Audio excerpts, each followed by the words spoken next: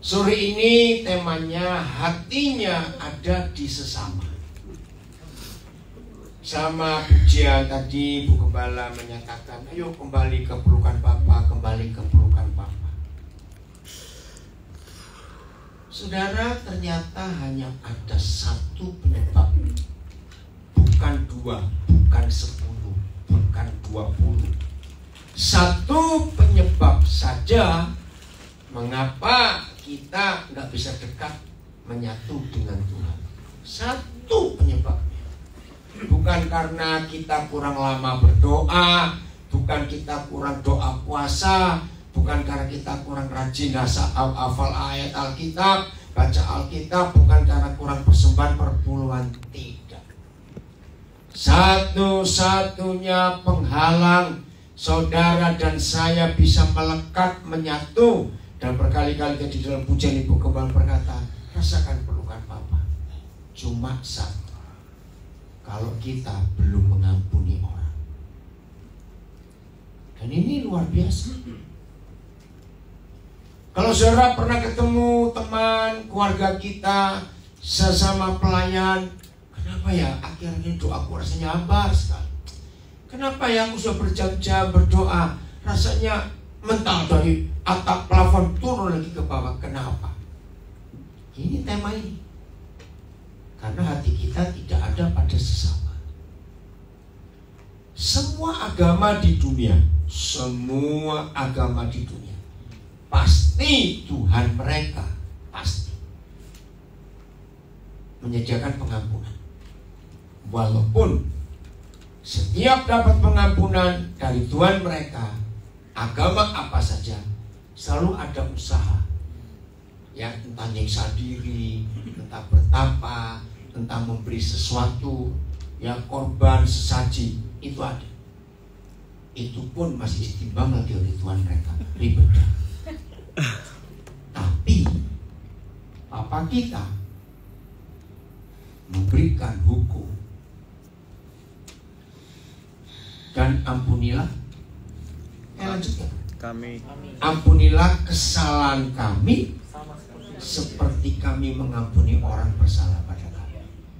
Nah, hukum ini tidak ada di agama apapun, hanya ada di kekristenan. Jadi saudara dan saya dapat pengampunan bukan karena usaha doa pagi, doa siang, doa sore, doa malam. Ya nggak kerja-kerja kalau gitu. Bukan doa puasa, bukan ini, bukan. Enggak.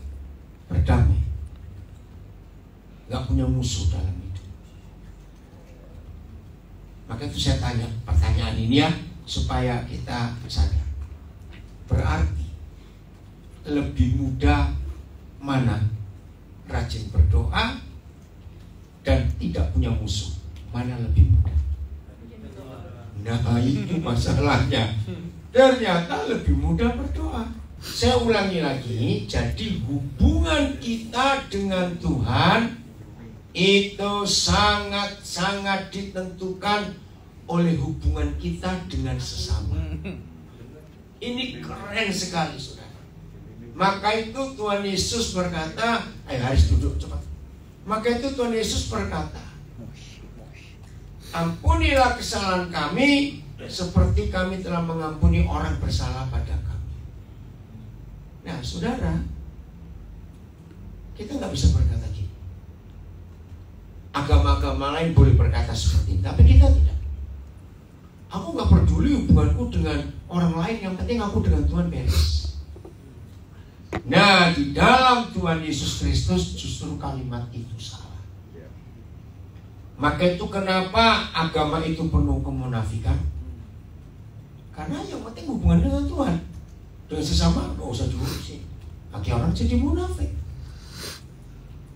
Justru ini yang menghalangi kita nggak bisa dekat, merasa Tuhan hadir, dan kita nggak bisa merasakan pelukan Bapa, karena masih ada ganjalan di hati kita. Kenapa dalam surat Korintus Paulus menulis, ingat, setiap kali kita melakukan peringatan kematian penderitaan Tuhan Yesus lewat perjamuan kudus, selalu ditekankan, bereskan hati, bereskan hati. Karena memang betul gak ada gunanya. kalau hati kita itu belum beres. Maka itu tema kita di sesi ini, hatinya ada di sesama. Ini konsep yang luar biasa. Sehingga orang lain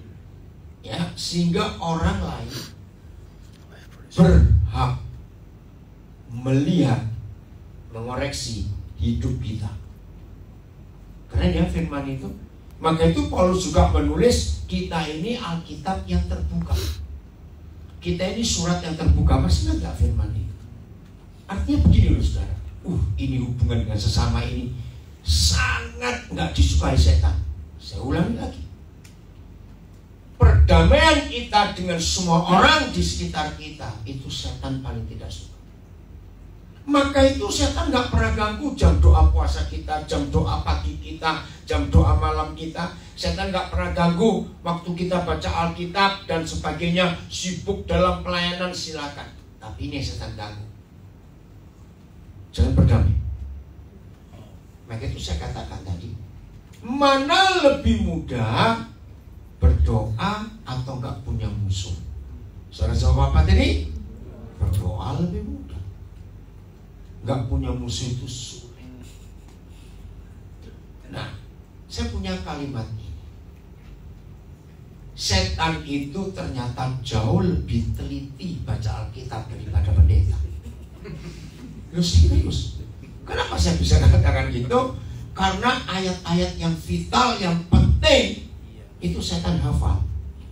Dan ayat-ayat itu yang dipakai oleh setan untuk merusak hubungan kita dengan Tuhan. Salah satu bukti, Ibrani 12 ayat 14. Ini salah satu. Nanti saya akan tunjukkan berapa ayat itu. Ibrani 12 ayat 14. Kita lihat.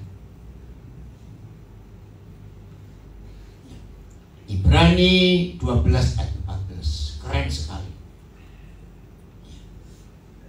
Nah, saya akan baca dengan terjemahan yang betul ya. Berusahalah hidup damai dengan berapa orang? Semua orang itu berapa? Bukan banyak, salah. Pokoknya orang. Ya, misalnya, saudara tinggal di sebuah daerah yang penduduknya 70.000. Ya. Nah, terhadap yang 69.999 orang, saudara damai. Tinggal yang satu, tetangga ini satu ini. Gak berdamai. Jadi saudara sudah berdamai dengan semua orang belum? Berusahalah hidup damai dengan semua orang dan kejarlah perdamaian dengan semua orang. Itu terjemahan betul. Bukan kejarlah kekudusan. Memang hidup yang tidak berdamai dengan semua orang jadi tidak kudus. Nah, hidup yang tidak kudus itu memisahkan kita dengan Tuhan. Betul atau salah? Jadi saya ulangi, berusahalah hidup damai dengan semua orang dan kejarlah perdamaian dengan semua orang. Sebab tanpa berdamai dengan semua orang, tak seorang pun tak seorang pun dapat melihat Tuhan. Dalam bahasa Indonesia bagus. Kalau Tuhan dibalik jadi hantu. Coba baca dari belakang. Betul?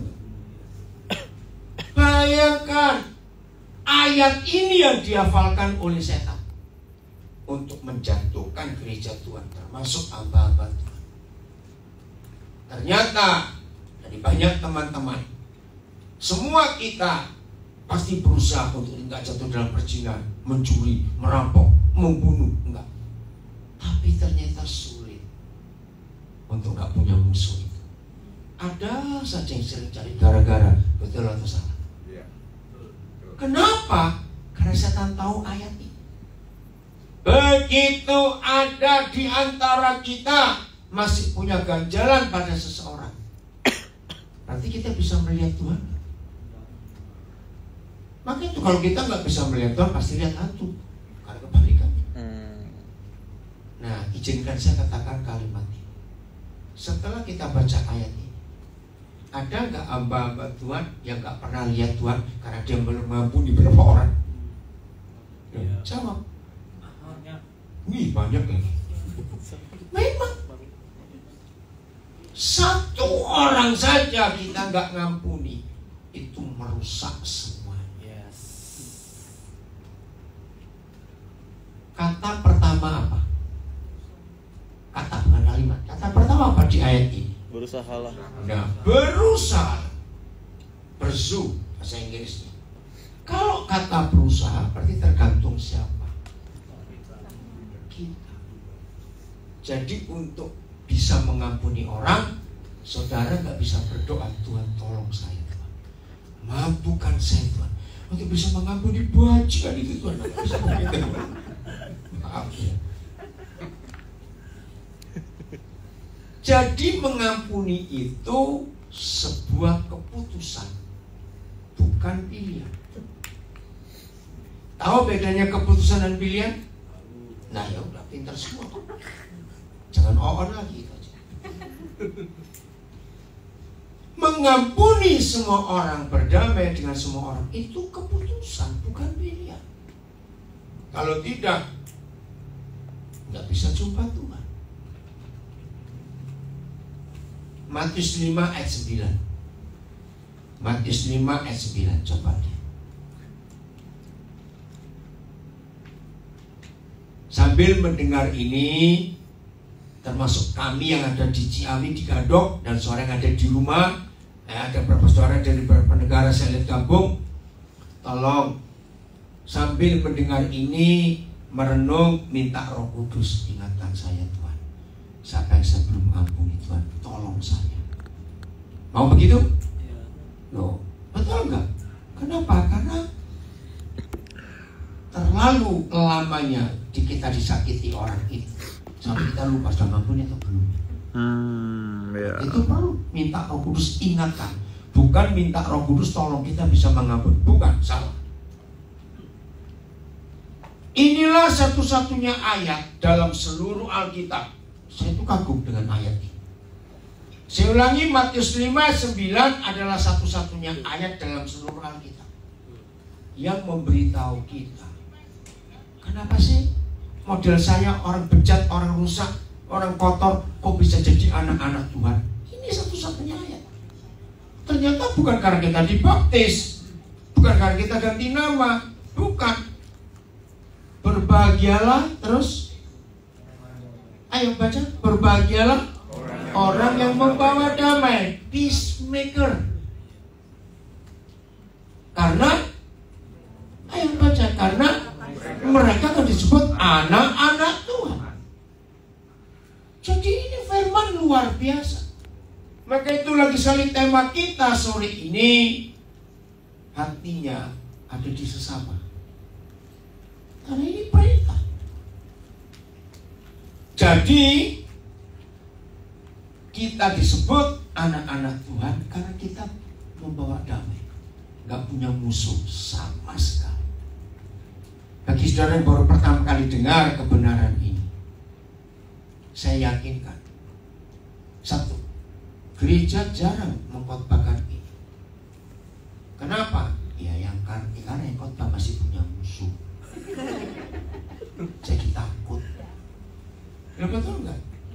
Ibrani 4 ayat 12 itu hebat. Firman itu pedang yang tajamnya muka belakang.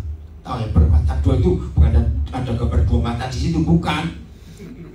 Artinya kalau kita nebas ke depan, maka yang bagian dalam menebas diri kita yang umum. Maka itu pengkhotbah itu sangat ditentukan siapa dirinya. Jadi kalau yang khotbah itu masih belum mengampuni, masih punya musuh, akan tertuduh kalau dia berkhotbah nggak boleh punya musuh. Seperti kemarin saya katakan, hamba Tuhan yang keluarganya nggak beres, maka hamba tentu sulit khotbah tentang keluarga.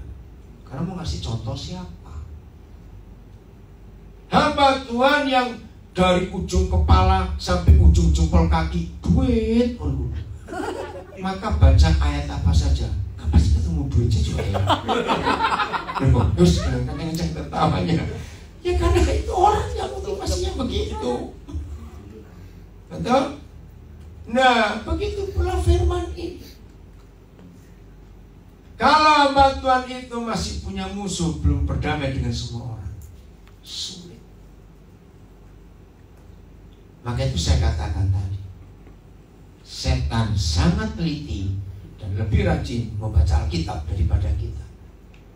Karena firman seperti ini kan simpel sekali. Cuma dibaca, nggak diajarkan. Karena yang ngajar juga masih punya musuh, belum berdamai. Saya ulangi lagi ya, berkali-kali. Bagi saudara yang baru pertama kali sekarang ini mendengar kebenaran ini, bahwa hubungan kita dengan Bapa di surga sangat ditentukan oleh hubungan kita dengan sesama. Arti firman ini adalah hidup ini harus bersih total. Nggak boleh ada sedikit pun jengkel dengan siapapun juga. Maaf, saya cerita lagi apa yang Pastor Ramon kemarin katakan. Salah satu bukti supaya setan tahu bahwa saya itu nggak punya musuh, saya nggak pernah jengkel dengan siapapun juga. Saya itu bisa tidur dengan orang saya nggak kenal pun nggak apa-apa. Pokoknya dia orang. Kalau orang-orangan saya nggak mau. Lo serius? Buat saya nggak masalah. Ayo jawab jujur. Tidur dengan orang nggak dikenal itu susah atau mudah? Susah. Nah, saya enggak. Pokoknya dia orang. Ini kebiasaan saya. Yang tadi ada 2 suami istri, satu pasang keluarga yang tahun lalu waktu mereka menikah di hari ini 23, kok tanggal 23? Tanggal 3 Juni pas hari Sabtu juga ketemu. Sudah lama kami nggak ketemu. Pertanyaan dia salah satu nggak tahu, Korin masih dengar nggak dia bilang, Koden masih saya biasa tidur dengan orang nggak kenal. Oh iya masih. Saya bilang kenapa kamu ingat itu kok nggak ingat yang lain? Karena buat banyak orang ini mustahil. Saya kalau diundang oleh gereja atau apa saja, istri saya nggak ikut dan nggak ada anak-anak saya yang ikut. Maka saya akan tanya kepada panitia, saya nanti nginepnya di mana? Di rumah jemaat atau di hotel? Oh di hotel Pak, kamu sudah siapkan tempat. Pertanyaan saya kedua, kamar itu kapasitasnya berapa orang? Oh 4 orang Pak, atau 2 orang, atau 3 orang, pokoknya berapa orang? Nah sisa kapasitas saya akan bilang kepada panitia, tolong carikan 2 orang anak muda yang bisa nemani saya tidur. Loh, Bapak nggak kenal? Itu pertanyaan buat mereka bingung. Saya akan tetap minta. Dan itu justru kesaksian yang luar biasa buat orang-orang itu. Alasan kedua kenapa saya selalu ingin ada orang yang di kamar saya, supaya saya bisa memuridkan orang itu. Lihat Tuhan Yesus, walaupun sudah ditulis di 4 Injil, Yesus tidurnya nggak bareng pada mereka, tapi mereka bersama-sama terus. Ya betul nggak saudara? Tidur, makan, berjalan sama-sama terus. Nah ternyata prinsip yang saya pakai ini membuat banyak orang itu melihat, kok bisa mbak Tuhan ini tidur dengan orang nggak dikenal. Nah saya pakai istilah bahasa basi. Ya setelah 1 jam di kamar kan kenal otomatis. Masa 1 jam nggak kenal? Kok nggak dia bilang iya? Betul? Kalau dalam 1 kamar 1 jam nggak saling kenal, wih monster gitu. Masa 1 jam nggak kenal? Oke. Saya kok nggak kelihatan Rian? Gimana Rian? Nah ini yang sekamar. Kenapa? Sekamar. Dari tadi nggak ada, ternyata lama sekali. Oh barusan, oh ya udah. Oh ya, ada yang punya jadi tahu dia. Ada yang punya tahu. Ya Rian itu contohnya. Nah, saudara itu kebiasaan saya. Satu kali ini panitia di Manado, ya. Saya naik flight terakhir karena saya ada acara tempat lain. Nah, begitu saya landing pesawat terakhir dan saya masih punya waktu 1 jam dari bandara untuk ngisi sesi malam itu. Saya harus mampir ke ATM. Nah, panitia ngikuti saya. Pas saya lagi urusan dengan ATM itu, ada orang di belakang saya. Saya nggak lihat siapa dia. Dia tanya kepada panitia, itu pendeta Daniel Alexander ya? Ayo, kalau saudara diomongin orang itu noleh atau tidak? Ya saya noleh. Oh iya betul. Nah selesai, silakan. Oh enggak Pak, saya nggak ke ATM, saya mau ketemu Bapak. Oh iya, dia bawa koper loh sekarang. Dan ini flight terakhir, artinya sudah nggak ada penerbangan lagi. Karena pesawat itu dia bermalam di Manado. Saudara, siapa? Dia sebut nama. Kalau orang nyebut nama saya lupa, saya pasti tanya, kita pernah ketemu nggak sih? Jawabnya belum pernah. Oke, saudara mau kemana? Nggak tahu. Nah, ketemu orang gitu bingung nggak? Sudah bawa koper ke bandara, ini pesawat nggak sudah ada pesawat lagi, mau kemana nggak tahu. Nah, saya nggak punya waktu untuk nanyain macam-macam. Terus saya tanya panitia, boleh nggak saya ajak saudara ini? Ya panitia juga mau jawab boleh atau tidak, nggak ngerti juga. Tapi dalam wajahnya saya tahu boleh. Yaudah ikut dulu. Nah di mobil itu kami bertiga, dia cerita masalahnya. Aduh kasihan. Jadi dia itu datang ke Manado maunya kenalan dengan calon mertua, tapi nggak cocok, diusir suruh pulang dan dia bingung pulang kemana. Sekarang mereka sudah di Jakarta, saya seorang profesor saya dari mereka punya 2 cucu. Nah terus di mobil itu saya tanya kepada panitia. Waktu itu pembicaranya ada 3 bantuan, salah satu Pak Erastus Sabrono. Saya tanya, Pak, nanti saya ini sekamar dengan siapa? Karena saya nggak tahu. Oh masing-masing pembicara kami siapkan di satu kamar. Oh baik. Kalau gitu Pak, saya akan ajak saudara ini untuk sekamar dengan saya. Dia saking syoknya, setelah dia tanya dia malu sendiri.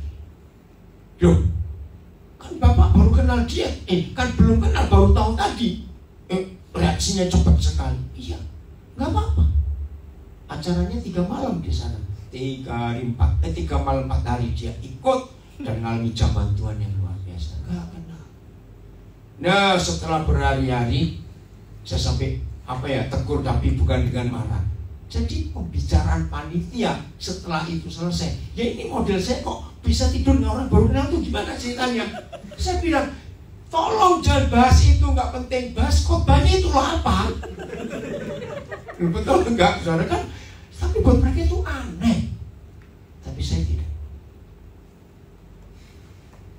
Dan ini jadi kesaksian yang luar biasa. Jadi kalau saya memuridkan orang, saya nggak mau mereka hanya dengar khotbah, tanya anak-anak saya. Saya selalu bilang kepada mereka, jangan sekali-kali kalian nilai Papa waktu pelayanan atau waktu khotbah. Jangan. Saudara percaya ini panggung sandiwara? Nilai Papa dalam keadaan saya. Maka itu kalau saya sekamar dengan siapa saja, mereka berhak melihat bagaimana saya meletakkan pakaian kotor, bagaimana saya meletakkan handuk. Maka itu tadi pagi, ingat pas orang tanya, jajah belum handuknya, tisu bagaimana? Nah, terus baru nanti kalau saya ikut perjalanan keliling, awas kamu. Saya kalau di hotel nginap, hari ke-5 baru boleh ganti spray dan handuk. Badan-badanmu sendiri kok tiap hari ganti. Nah saya pernah pergi dengan orang kaya, mulus aja handuk baru dipakai langsung buat ngepet. Saya marah. Terus jawabnya, lo kan kita bayar. Nah ini yang merusak alam itu orang kaya model kamu. Lo betul enggak? Handuk yang sering dicuci, air banyak keluar, sabun, alam rusak. Ya nggak boleh. Spray pun tunggu. Badan-badan kita kok. Itu cara saya itu. Saya itu dengan tisu. Kemarin sampai ditanya, ya saya ini kalau pakai tisu, saya pakai sampai 8 kali bolak-balik baru saya buang. Terus serius. Lembar pertama kenapa? Jadi halaman pertama saya pakai, saya lipat. Karena ada halaman berikut, lipat, pakai lagi yang berikut. Serius, saya nggak pernah buang-buang. Karena itu pohon. Belajar hemat. Saya kalau lihat ada orang ngambil tisu surat, wih saya marah, itu ada apa-apanya Pak. Nah, itu kalau saya kumpul, jadi anak-anak saya itu kalau kumpul saya nggak cuma mereka belajar di khotbah saya, belajar di hidup saya tentang sikat gigi, tentang ini mereka belajar semua. Rian kemana kamu dicari? Kasihan Rian. Ya, kami baru ngomongin kamu. Ya untuk kamu datangnya terlambat. Nanti dengar rekamannya aja. Ya. Ini dong, kancet. Jadi ngomong kan kita pun kenal kemarin dong. Waktu ngomong. Jadi buat saya enggak masalah tidur dengan orang yang baru saya kenal. Oke. Supaya setan tahu bahwa saya itu bisa kumpul orang model apa saja. Maaf ya, jangan tersinggung ya, jangan tersinggung. Dan ini pun kesaksian. Ada tau orang yang bau badannya memang aneh? Ada. Oh, kencengnya. Masuk itu sama. Tidur sama siapa, Man? Bukan. Loh, betul enggak? Saya juga enggak masalah, tapi saya ajari. Coba yang bersih, apa yang buat kamu itu sampai begini? Saya hidup betul. Orang nggak mau kumpul kamu. Halus.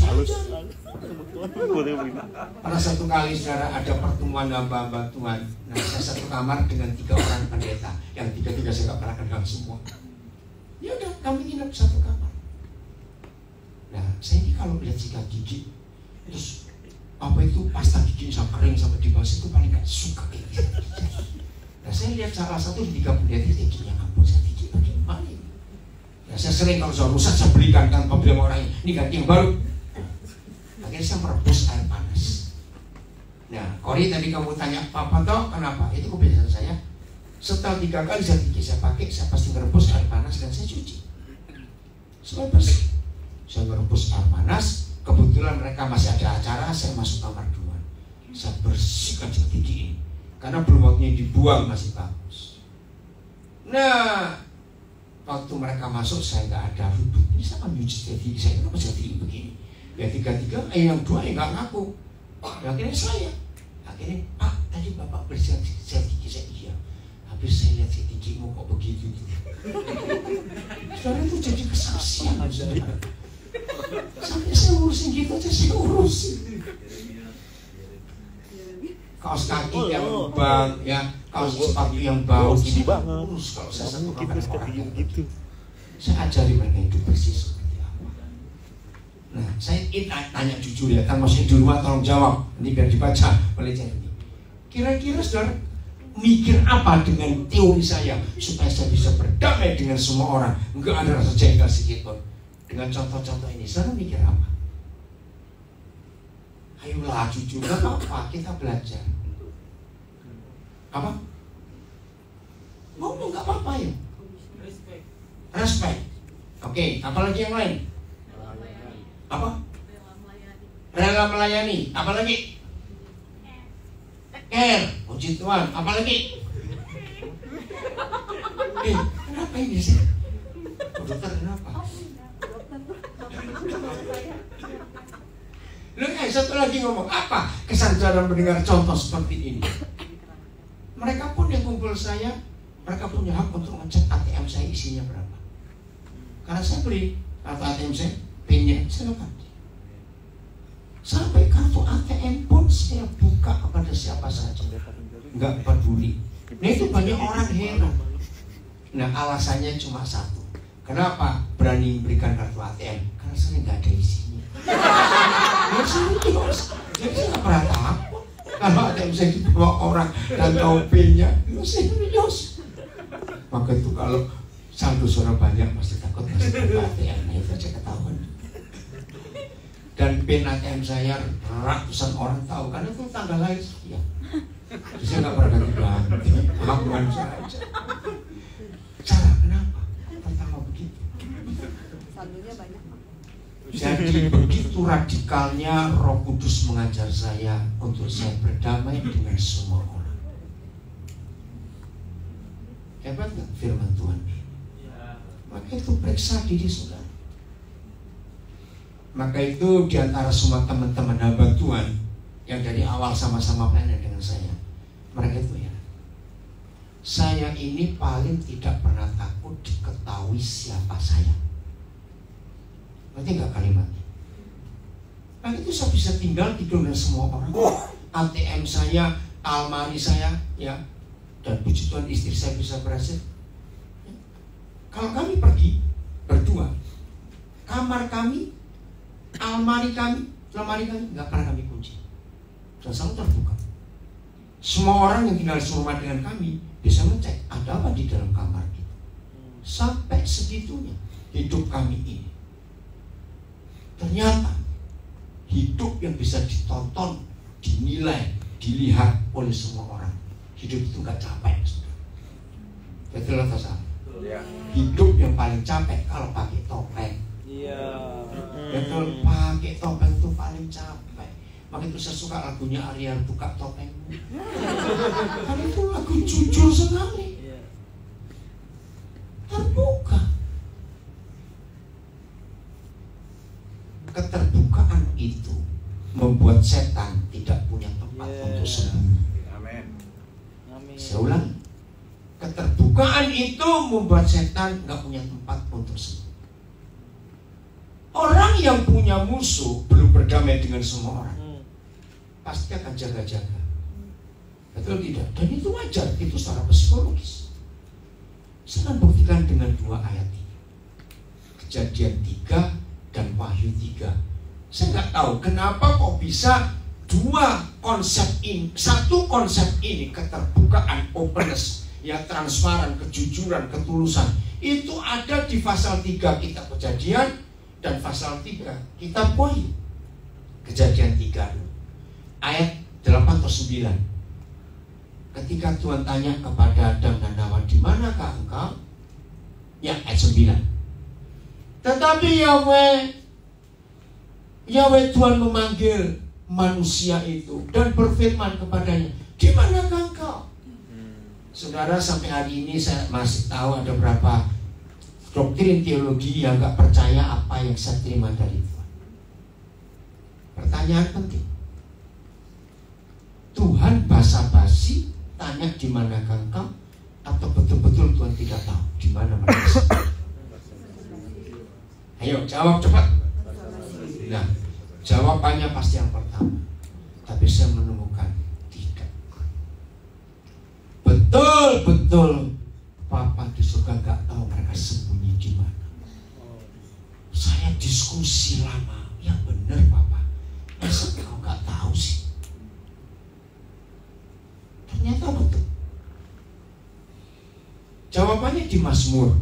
Saya lupa tapi cuma kita ingat. Salah satu pasal kitab Mazmur itu menulis, Tuhan itu seperti matahari. Pernah tahu ayatnya? Kalau yang tahu coba kasih tahu Novita supaya ditunjukkan. Filipus tahu ayatnya di mana? Mazmur berapa? Tuhan itu seperti matahari. Nah, anggap aja sekarang jam 12 siang. Ada jendela, ada pintu, semua pakai kaca sebelah kanan saudara, lihat ya. Di tengah panas matahari terik. Kalau 4 pintu besar-besar ini ditutup dengan korden, dengan tirai warna hitam, matahari bisa tembus. Itu jawaban Tuhan. Siapa menutup diri daripada aku? Aku nggak tahu kamu ada di mana. Ya. Maka itu mengapa Tuhan selalu menekankan orang yang tulus, orang yang tulus, orang yang murni. Karena kemunafikan kita itu membuat wajah Tuhan tersembunyi dari kita. Catat itu baik-baik. Sebelum ke Wahyu 3, karena pada ayat hebatnya Yohanes 1:49. Nah, yang kebetulan akan melahirkan anak laki dan cucu laki, saya minta kasih nama ini, nama bagus lah. Yohanes 1 ayat 49. Aduh, kalau saya baca ayat ini tuh luar biasa. Ya. 49.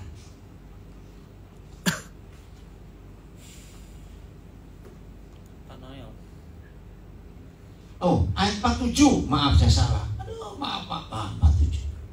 Kata Filipus kepada Natanael, mari dan lihatlah.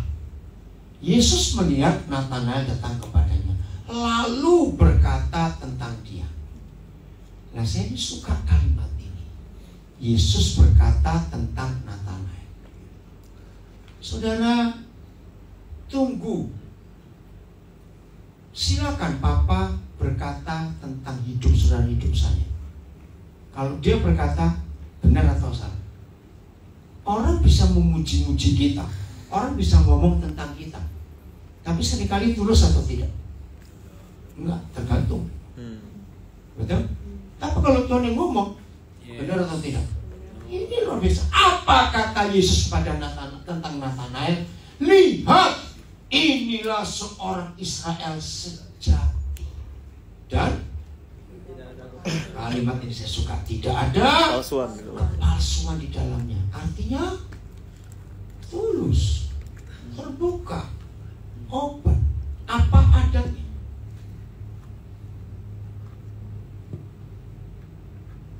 Satu-satunya hal terbesar setan ada di hidup suami istri, kalau dua orang itu gak jujur. Setuju kalimat ini? Ini luar biasa. Ada yang disembunyikan, ada yang ditutup-tutupi, nggak terbuka. Nah, jadi Tuhan tuh cari orang yang seperti Nathanael, hatinya murni, nggak ada kepalsuan. Orang melihat dari pagi bangun sampai tidur malam, ya memang begitu. Nah, sekarang saudara makin jelas kenapa saya suka kumpul orang walaupun saya nggak kenal. Saya izinkan, silakan kau nilai hidup. Itu dengan cara tidur bersama akan tahu. Oke? Tambahan lagi sebelum Wahyu 3. Kejadian 2 ayat 25. Luar biasa. Maka itu kalau kita tidak tulus, kita ada kepura-puraan, ada kepalsuan, ada kemunafikan, setan bekerja di sini. Tuhan Yesus jauh lebih mudah kumpul pemungut cukai dengan pezina, dengan orang-orang berdosa daripada kumpul dengan orang munafik. Ya, that's true. Betul nggak? Tuhan Yesus nggak suka. Dia marah itu kalau saudara baca Matius 23. Mereka keduanya telanjang. Siapa dan siapa? Ada Nanawa, saya tahu istrinya di situ. Ada Nanawa tahu? Dan tetapi mereka tidak merasa malu. Woi, ternyata ini hukum pernikahan yang membuat surga ada. Nah, saya dulu pikir kata telanjang itu seks, ternyata enggak ada unsur seks sama sekali. Saya mau tanya kepada saudara,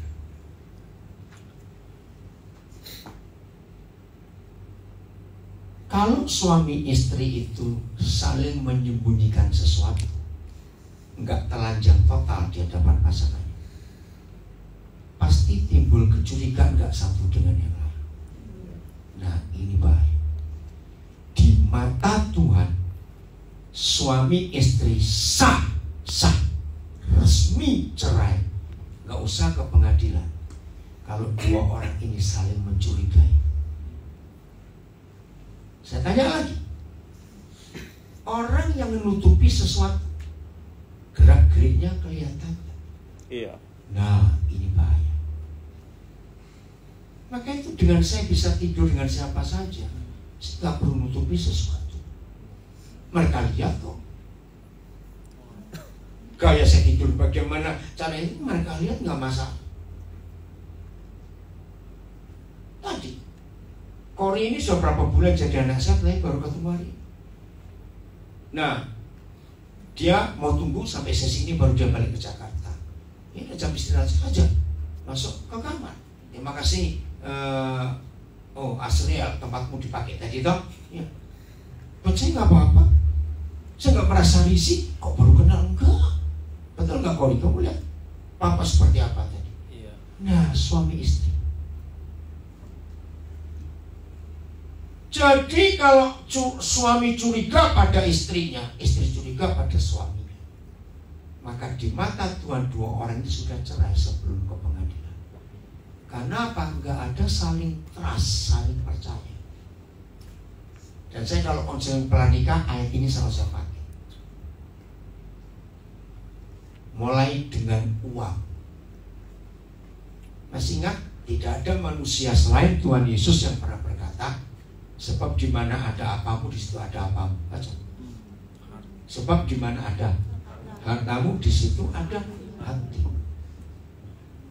Nah, kalau suami istri uangnya nggak jujur dengan keuangan, jadi ada suami istri pisah. Bukan berarti nggak boleh punya dua tabungan di bank yang berbeda, nggak apa-apa. Tapi jumlahnya harus saling tahu. Sekarang lanjutkan. Kalau suami istri pisah harta, saling menyembunyikan jumlah keuangan, berarti yang pisah apanya mereka? Hati. Nah, apa kata lain suami istri pisah hati? Cerai. Cerai, goblok. Betul, itu cerai. Nggak boleh. Maka itu kalau saya konseling pranikah, orang tua saya libatkan. Apalagi kalau saya tahu ini keluarga kaya atau pincang, satu kaya, satu pas-pasan. Itu saya, keterbukaan itu konsep yang luar biasa. Dan hanya Alkitab yang ngajar ini. Jadi kalau saya konseling pranikah dan salah satu calon itu keluarga kaya, saya akan konseling orang tuanya juga. Pertanyaan saya, jadi nanti kalau anak ibu bapak menikah, ibu bapak kan kasih sesuatu nggak pada anak itu? Oh iya, itu anak kami kok. Saya lanjutkan pertanyaannya. Nah, yang dikasih itu untuk dia atau untuk mereka? Ini penting. Kalau mereka jawab, oh enggak, hanya untuk anak kami saja, saya akan sampaikan kepada anaknya, papa mamamu akan kasih sesuatu kalau nanti kamu menikah, tapi bukan untuk kalian, hanya untuk kamu. Terima, ucapkan terima kasih, lalu titipkan kembali. Wah. Kenapa? Pura-pura jadi orang kaya itu supaya dia jawab ini. Kira-kira kalau jadi orang kaya, anakmu mau menikah dan calon besanmu itu hidupnya pas-pasan, kenapa saudara orang kaya akan hanya memberi harta untuk anak saudara, bukan untuk keluarga anak saudara? Dan saya akan sampaikan itu. Kenapa? Cepetan. Jangan makan habis ini. Apa itu? Kenapa? Susah ya pura-pura jadi orang kaya. Tinggal ngomong aja Pak, susah. Kenapa ini? Antisipasi. Kenapa? Antisipasi. Antisipasi. Nah, antisipasi apa? Ya, cerai. Iya. Wah. Itu jahat sekali. Ya. Karena orang tua ini akan, kalau hartanya kurang, akan mencurigai mantunya. Dia kasih ke mertuamu ya. Udah wajar nggak? Maka itu dilarang. Yang kaya. Jangan terima, kembalikan. Kalau perlu kamu minta. Apalagi kalau sampai orang tua baru konseling, mereka sudah bilang, tolong Pak, bisa harta, langsung dibatalkan perceraian, pernikahan. Itu tadi satu-satunya alasan orang tua anak belum menikah minta pisah harta. Itu tadi, kalau cerai nggak repot. Ini kan orang tua paling kurang ajar dan biadab sedunia. Anak belum menikah, kok dipersiapkan perceraian, kurang ajar sekali. Ya udah, kalau memang kamu sudah persiapan perceraian anakmu, nggak usah kawin kan dong. Itu sama gini logikanya. Ada satu keluarga, anak pertama lahir, baru 2 jam lahir, bapaknya pergi beli peti mati untuk anak itu. Loh, sama nggak? Iya. Itu jahat. Maka hati-hati dengan uang. Nah, nanti sesi berikut ini soal uang ini ya. Ini lanjut. Jadi suami istri harus terbuka. Nggak boleh punya yang ditutup-tutupi. Hati harus bersih. Lanjut karena waktu. Ayat 20 Wahyu 3. Nah ini penjelasannya. Kejadian 39 tadi betul-betul ternyata Tuhan memang tidak tahu di mana mereka sembunyi. Maka itu Tuhan minta kejujuran kita, ketulusan kita. Oke? Lihat. Siapa? Siapa ini? Tuhan Yesus. Tuhan Yesus. Tuhan bilang aku tahu tuh aku. Lihat, Yesus berdiri di muka pintu dan mengetok. Jikalau ada orang yang mendengar suaraku dan membukakan pintu, aku akan masuk mendapatkannya, dan aku akan makan bersama-sama dengan dia, dan ia makan bersama-sama dengan aku. Nah, setelah rahasia Kejadian 3, ketika Roh Kudus tunjuk saya baca ini, ternyata seperti itu. Logikanya begitu. Perlu nggak sih Tuhan Yesus bisa masuk ke sebuah rumah tanpa dibukain pintunya? Bisa. Tuhan kok nggak bisa gimana? Atau saya salah tanya? Saya ulang. Sejauhnya tidak juga. Atau saya salah tanya? Kenapa tertawa lagi kamu? Kucing saya. Orang aja satu ini. Pertanyaan lagi ya. Jadi Tuhan Yesus bisa masuk nggak walaupun tanpa dibuka kuncinya? Sangat bisa. Dia Tuhan kok. Nah ini pertanyaannya. Kenapa dia tunggu orang buka pintu masuk? Nah dari ayat ini saya belajar satu kalimat. Ternyata Papa kita itu Tuhan yang sangat sopan. Tidak bodobrak pintu. Maka itu kalau ada di antara kita doanya tidak dijawab, jujur, ada apa yang aku sembunyikan di hadapan Tuhan. Contoh, orang rajin berdoa, rajin pelayanan, tapi bisnisnya kacau. Coba tanya jujur, bisnismu ini sudah kamu serahkan jadi milik kamu atau tetap milik kamu? Kalau bisnis itu tetap milik kamu, Tuhan nggak mau nyampuri, karena kamu masih punya hak di situ. Ini hebatnya Tuhan. Jadi banyak hal yang kita harus periksa hidup kita sudah bersih atau belum. Terakhir, Pastor Roman maju. Mazmur 73 ayat 1. Jadi ketulusan, kejujuran, keterbukaan, tidak ada kepalsuan, kemurnian, itu kesukaan Tuhan. Segala-galanya. Dan itu terjadi dalam hubungan kita dengan sesama. Mazmur 73 ayat 1. Sesungguhnya, jadi Tuhan serius. Tuhan itu ngapain? Yang sesungguhnya Tuhan itu baik, tidak untuk semua kita. Ya. Hanya bagi yang tulus hatinya dan bagi mereka yang bersih hatinya. Ya sudah. Kapan kita bisa diketahui tulus dan bersih? Kalau orang lain yang melihat, bukan diri kita. Amin. Masih mau punya musuh? Ya rugi sendiri. Periksa hati. Bukan benci tapi jengkel. Awas. Gak jengkel tapi malas ketemu. Sama. Awas.